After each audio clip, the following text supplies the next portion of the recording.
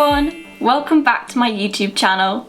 If you're new here, then hi, my name's Hannah, and today I'm going to be telling you all about the ancient Nabatean civilization. The Nabateans were an ancient people who inhabited the modern-day regions of the Middle East and the Levant from about the 4th century BC until its absorption into the Roman Empire by the Emperor Trajan in 106 AD. Most famously known for their incredible and unique architecture at their ancient capital at Petra in modern-day Jordan, the Nabateans are unfortunately a lesser-known civilization. In this video, I'm going to share with you the rich history of the Nabatean people, so please keep watching. Firstly, I'm going to talk about the origins of the Nabateans, as the ethnic origin of the Nabateans is a hotly debated subject. There are theories that they come from several different parts of the Arabian Peninsula, such as the south in modern-day Yemen, or in the eastern province of Saudi Arabia, in the modern-day areas of Dammam and Al-Kabar, which is actually where I grew up.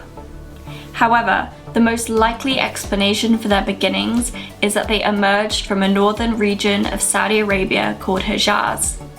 This idea is supported by the fact that they share many of their deities in common with the peoples that inhabited that region in the ancient world, and also that their tribal name, which is here on the screen, can be found in that area's early Semitic languages.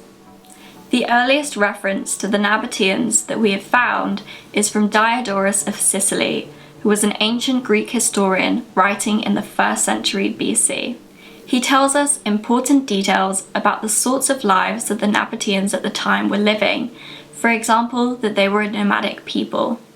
He writes, "It is their custom neither to plant grain, set out any fruit-bearing trees, use wine, nor construct any house, and if anyone is found acting contrary to this, death is his penalty."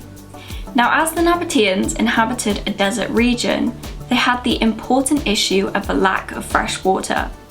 However, the Nabateans were innovative and rectified this problem by constructing hidden cisterns in the desert that only they knew the location of. They created these reservoirs by digging deep holes that widened the deeper they went, and at their widest point, some of them were up to 30 meters in diameter. This meant that the opening was narrow and easy for them to camouflage. They lined the pits with stucco so that none of the sparse water would seep away, and then they would allow them to fill with rainwater before closing the tops. The ancient Nabateans prioritized their freedom, which largely came from their nomadic lifestyle. However, they became rich through trading with other ancient peoples, furthering their independence. Some of these things that they traded included frankincense and myrrh. These were valuable commodities in the ancient world and were used by the Greeks and Romans alike for their medicinal purposes. Geographically, the Nabatean capital city at Petra was intersected by the ancient Silk Road, a trade route, or rather series of trade routes that included both land and sea routes that connected the people of Europe with those of Eastern Asia. This meant that Petra became a hub of cross-continental trade. The settlement at Petra, often coined the Rose Red City, has many exquisite examples of Nabatean architecture. Now, at a first glance, these appear slightly alien to a Greco-Roman focused classicist such as myself.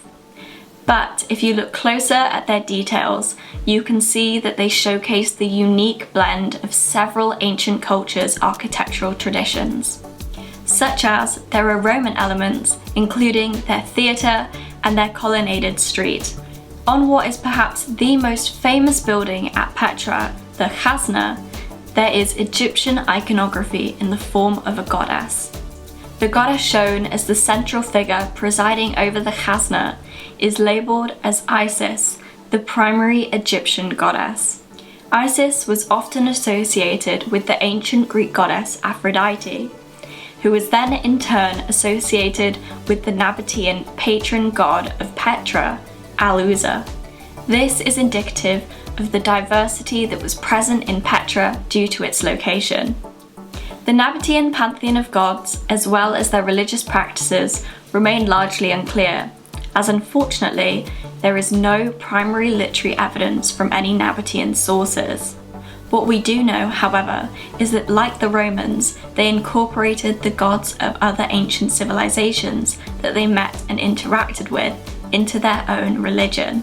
For example, we can see that the Nabateans incorporated Isis after presumably meeting her when interacting with Egyptian merchants or visiting Egypt itself. The names of their gods and goddesses often became known by their equivalents in other cultures, like we just saw with Isis and Al-Uzza.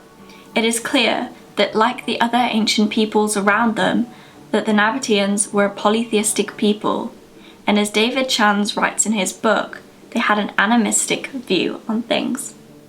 This meant that they would have explained natural phenomena such as the weather with their gods, and so their deities would reflect this. An aspect that is unique to the Nabatean pantheon is that they did not initially depict their gods in a human form. Instead, they were depicted using betyls, which are large rectangular stone blocks.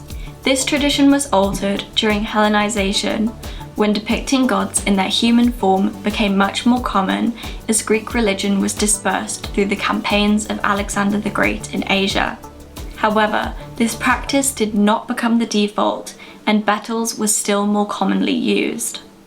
The Nabatean views on death and funeral rites have often been misunderstood by external historians. For example, Strabo, the Roman geographer, and Athenodorus Canonites, a philosopher from modern-day Turkey, both writing in the 1st century BC.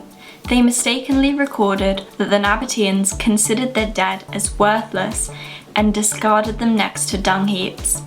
However, like I said, it is now generally assumed that they got the wrong end of the stick, as unfortunately, the Nabatean words for tomb and dung are very similar sounding. Instead, the way that the Nabateans dealt with their deceased is rather interesting. They appear to have laid out the bodies on exposure platforms, where vultures would then strip the bodies of their flesh and the desert sun would dry out the bones. These remains were later collected and placed in the tomb spaces that the Nabateans are famed for.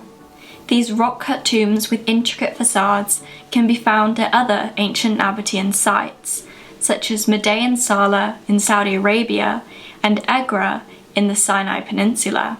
This practice would have applied to any citizens who died whilst away from the city, as they could then be transported and placed in their family tombs. And that is it for today's video. I have spoken about the origins of the Nabateans, their innovative hydraulic engineering practices, their strategic situation for trade, and their religion and views on death. Thank you so much for listening. I hope that you found this video informative and enjoyable. As always, if you have any questions, please feel free to leave them down below or reach out to me on my Instagram. I'll see you in my next video. Bye!